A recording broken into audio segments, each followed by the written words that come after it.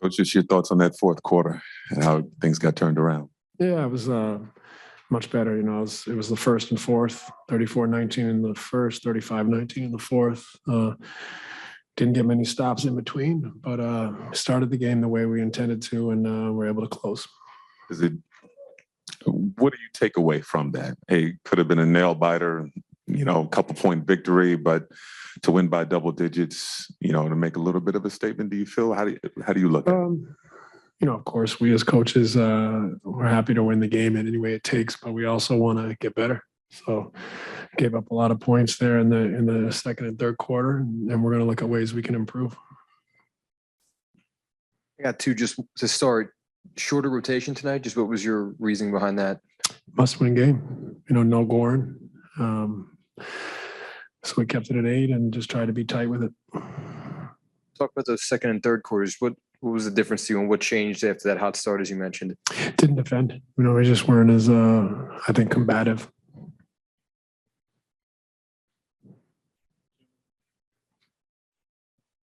I'm curious with that, like how are you able to sort of measure sort of the sustainability of your defense? Like how can we play 48 minutes of defense come playoff time? Can we play 36, 24? Like how do you see that going forward from what you saw tonight, where you came out strong, obviously defensively, but couldn't sustain it beyond, you know, the first 15 minutes?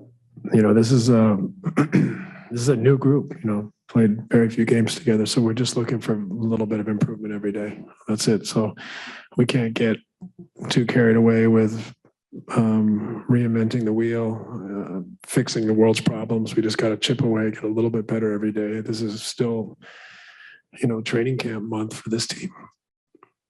Steve, I got a couple for you. The first one is Andre this morning said both these games you felt like were must wins. How much emphasis do you put on Sunday's game now, knowing that if you win, you're the 7th seed? I think that's what we're playing for, is to try to play at home and in the play-in game. So we definitely are aiming to get prepared to play on Sunday and win the game. And the second part is, as a coach, how would you describe the luxury of being able to hand the ball to Kevin late, just say, win it for us? Well, that's, you know, that is the luxury of having, you know, one of the all-time great players. You know, he's been there before, and he's got the skill and poise to do it.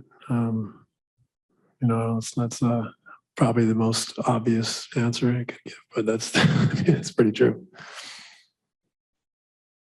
Steve, you talked about the will being a problem at times. I mean, how much does it concern you that, you know, given the stakes you guys are already playing with, it's still a bit of an issue? And, you know, does the stakes of the play-in and the playoffs maybe remedy some of that too when you guys get there? Well, I mean, I think there's a lot of factors. It's not just will all the time. It's like a lot of guys have played heavy minutes because we've had tons of injuries. We're, you know, missing key guys. We're missing starters and rotation players. So everyone's got to play more, and it puts a lot of pressure on our top 2 guys to play a lot of minutes. So that's a challenge for us, is how much effort they have to put forth. And sometimes we have pockets of the game where maybe we're not as good as others.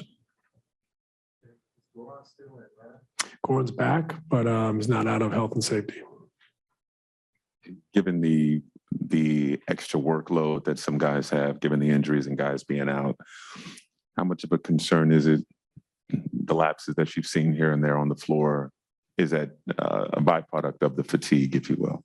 It's part of it. You know, like I said, I think, you know, guys have played a lot of minutes. And then there's the other part where they've played very few games together. So there might be a stretch of the game where, you know, we're not communicating at the best rate. We're not as familiar. We haven't been through this at the same time with this group. So, you know, we're also trying to learn each other and figure out what those little connections are and combinations are in different areas, both ends of the floor. Defensively, you know, that's underrated sometimes, is having played with a guy, know what he's good at, what he's not, where he needs help, where he doesn't, know what he's going to do on a certain action. And so part of that is in our growth going forward as well. On offensive end, it's sort of the same thing, learning, you know, as a group.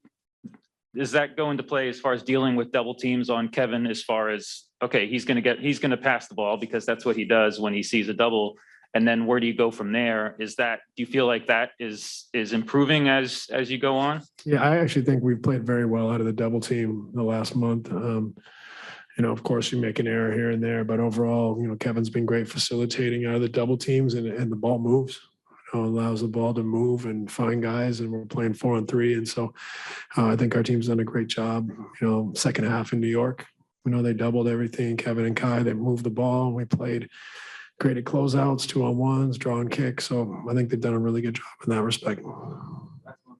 Coach, JB said earlier before the game that he could understand why teams at the top of the East might want to avoid you guys because you have Kevin and Kyrie, obviously, that maybe they might want to lose games intentionally to not match up with you in the first round. Do you feed into that at all, or do you even look at the top of the East and see who you might match up against at all? Not really. I mean, I think we're so focused on trying to improve in a short period of time and get better every day that we're not in a position to start worrying about who, what, when. We just got to try to win this game tonight and the game on Sunday and then the play-in on Tuesday.